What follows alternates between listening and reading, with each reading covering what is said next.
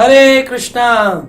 हमारे भागवत प्रवाह में आपका स्वागत। और आज हम चर्चा करेंगे चौथे स्कंद के 22वें अध्याय में, जिसकी श्लोक संख्या 3 से हम प्रारंभ कर रहे हैं। बहुत सुंदर व्याख्यान है।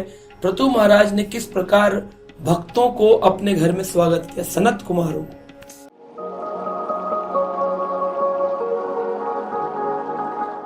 श्लोक आया है, तद्दर्शन उद्गतन प्राणान प्रत्यादितुसुर इवोततिह सा सदस्य अनुगो वेन्य इंद्रेषु गुणानिव।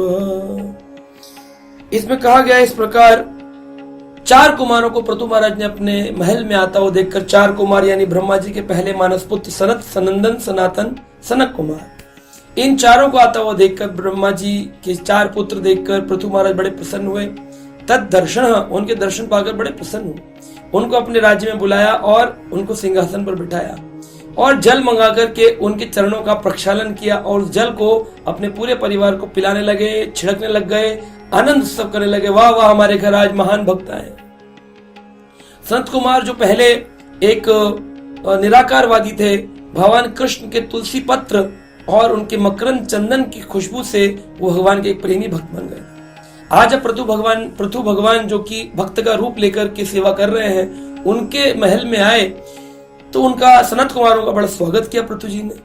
तो पृथु जी को वो कहते हैं, आप तो पहले ही बहुत महान है, आप हमसे कौन सा आशीर्वाद चाहते हैं, क्योंकि आपका मन तो सदा कृष्ण चरणों में रहता है। तो पृथु जी ने कहा, मैं आपसे कुछ हरि चर्चा करना चाहता हूं, ताकि हरि चर्चा को हमारे समाज के सभी लोग सुन सके। ये एक बहुत बड़ी बात है। जब 2 विद्वान व्यक्ति आपस में बात करें तो समाज का कल्याण होता है, इसको कहते हैं संवाद। जब 2 मूर्ख व्यक्ति बात करें तब भी समाज देखता है, उसको कहते हैं विवाद।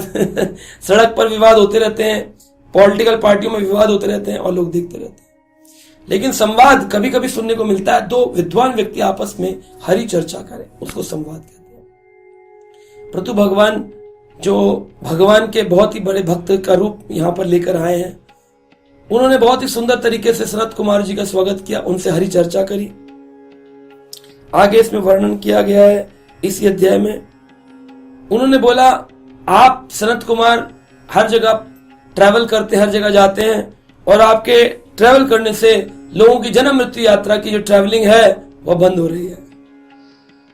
उन्होंने बोला, जो परिवार ज्यादा अपने परिवार से, अपने महल से, अपनी प्रॉपर्टी से, अपने धन से आसक्त नहीं होता, उसे मुक्त जीव मानना चाहिए। तो इसलिए आप मुझे आशीर्वाद दीजिए कि मेरी सब आसक्ति समाप्त हो जाए। सनत कुमारों ने कहा, कैसी बात करते हैं महाराज पृथु, आपकी आसक्ति तो समाप्त हो चुकी है। पृथु महाराज ने उनका स्वागत ब्राह्मण देव कहकर किया। ब्राह्मण देकर के उनका नाम पुकारा। तो ब्राह्मण बोलने से उनको बड़ा ही आत्म आनंद की प्राप्ति हुई। पर यहाँ पर उन्होंने उनको ब्राह्मण क्यों बोला? क्योंकि पृथु महाराज एक शिक्षा स्थापित करना चाहते हैं कि हमारे समाज में 4 वर्ण हैं और 4 आश्रम, ब्राह्मण, क्षत्रिय, वैश्य, शूद्र, जो कि जाति के आधार पर बन गया है, लेकिन पहले गुण और कर्मों के आधार पर था। इसलिए ब्राह्मण का कर्तव्य करने वाला ब्राह्मण, क्षत्रिय का कर्तव्य करने वाला क्षत्रिय, वैश्य का कर्तव्य करने वाला वैश्य और तीनों वर्णों की सेवा करने वाला शूद्र कहलाता था। लेकिन आज के परिवेश में ये जाति के आधार पर रह गया है। तो उस समय उन्होंने कहा, ब्राह्मण की जय हो। क्यों ब्राह्मण कहा?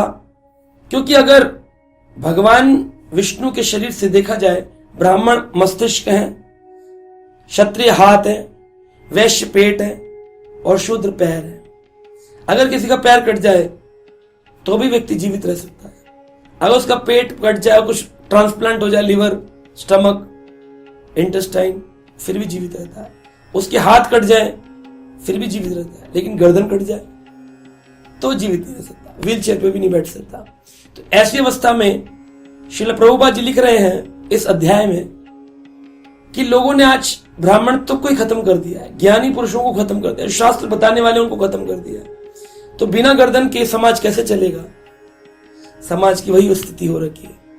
तो पृथु भगवान ने सनत कुमारों को ब्राह्मण देव कहकर पुकारा और इतने सुंदर उपदेश उन्होंने पृथु महाराज को सुनाए, जिसको सुनकर पृथु महाराज को बड़ा ही संतुष्टि का एहसास हुआ। ये वर्णन करता है कि हरि कथा का श्रवण ही हमारे जीवन में संतुष्टि प्रदान कर सकता है। अगर हमारे समाज में कुछ भक्त कांग्रीगेशन में हो और अगर प्रश्न उत्तर ना हो तो वो कथा बेकार है। प्रश्न उत्तर होने चाहिए, लोग संतुष्ट होने चाहिए हरि कथा सुनने के बाद में। आजकल समाज में बहुत सारी कथाओं के पंडाल लगते हैं पर ना कोई प्रश्न उत्तर होता है, ना कोई संतुष्ट होता है। हरि कथा का अर्थ है संतुष्टि, यही असली आनंद प्रदान करती है। एक मनुष्य जीवन का परम लक्ष्य पृथु महाराज ने बताया, वो है भगवान की प्राप्ति और संसार से वैराग्य। यानी ठाकुर जी से अनुराग उत्पन्न हो, संसार से वैराग उत्पन्न हो। पृथु महाराज ने इस प्रकार भगवान में इतना अनुराग उत्पन्न किया था, सनत कुमारों का आशीर्वाद पाया था कि अब उनमें अपने परिवार के प्रति, संसार के प्रति वैराग्य की उत्पत्ति हो। आगे क्या हुआ अगले एपिसोड में चर्चा करेंगे। हरे कृष्ण।